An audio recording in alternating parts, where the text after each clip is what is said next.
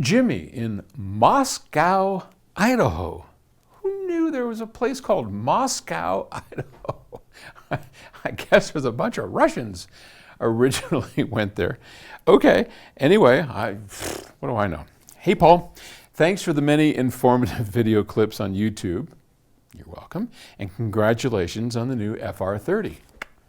Ta-da!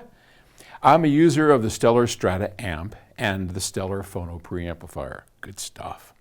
I guess it's probably time to upgrade my system to accommodate the new FR30, though those would work great with the FR30. I can't wait. One thing comes to mind when I saw the FR30 is, when the engineers at PS Audio designed the FR30, do they have a target room size or shape in mind? If so, how would that ideal listening room look like? I'm asking because I'm sort of a writer myself, and I have to always keep in mind who my target readers are. Is that the same for audio designers? Hope to hear your comments. Jimmy. Yeah, it is, and good on you. Writing, it's, you always want to ask the question, who's it for, what's it for?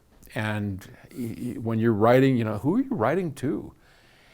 It's easy to write to yourself. It's more difficult to picture an audience, which is kind of what I do here on these YouTube videos.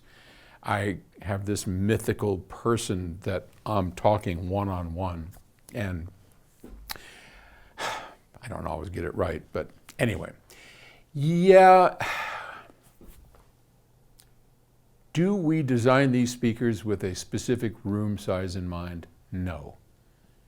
Is there a specific room size that works best with these speakers? Yes. So when we design speakers, sorry, I got to clean this place up once in a while. We're still installing these. They're probably going to come out a little bit more. But when we design these, we design them for a purpose. So when the FR30s were being designed, Chris and I talked a great deal, and Darren, Bob, and the whole group, and I said, look, I want, and Scott, my son Scott was instrumental in these,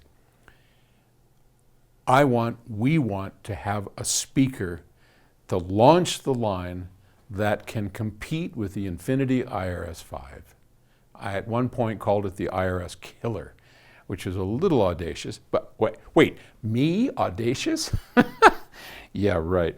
Okay, but I wanted something that I could proudly suggest to somebody that you can hook this up and you're going to get an experience that is kind of like what we get over with the 1.2 tons of Infinity IRS-5 in a speaker the size that we have it. This is only 2 enclosures where the IRS is 4, and we didn't want that. So would it be possible to build something that would rival the sound of an IRS?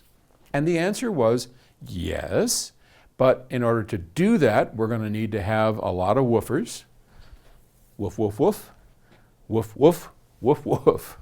Lots of woofers. So you got 8 basic drivers here, 4 passives, 4 actives, and that is in the room. We can go down to about 25, 24 hertz, which is pretty respectable. Is it the IRS? No, but it's really close. And to the average listener, to me, these suckers go down and just move it the way you'd want. Good enough. That's great. And we needed a mid-range that would just sing like honey, that would just, because it's all about the mid-range.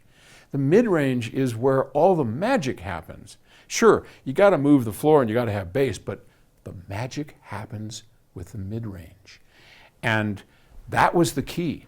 This 10-inch planar ribbon mid-range, it's better than the IRS-5, by far. Definitely better than the IRS-5. And you hear these, that mid-range sound, it'll just consume you. Anyway, I'm getting carried away. I'm promoting the speaker, and that's not what I wanted to do. I just wanted to explain that wasn't our intent when we designed these. We wanted to build something that would beat the IRS, and we did. Now, that all of that said and done, now we have to place it into a room. And what size room works best? Well, let me tell you a few things about this. The FR30s are about 26 inches deep. Let's call it 2 feet. And they want to be a couple of feet from the rear or the front wall behind them. So if you do the math on that, you've got 2 feet worth of FR30, and then you've got a couple of feet behind you. So that's 4 feet. Now, from the front of the speaker to all the way up here where I'm going to be listening, I want to have 6 feet, 8 feet, depending on how far apart they are. The closer they are together, the closer you can be to them and still make that nice triangle, okay?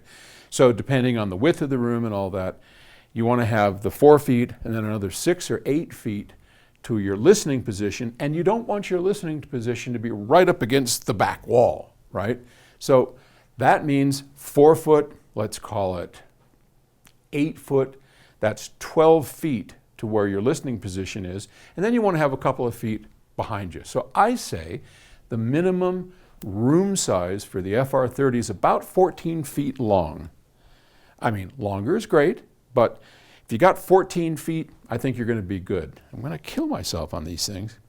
And width-wise, that's not quite as important. You could have it as small as maybe 10 feet.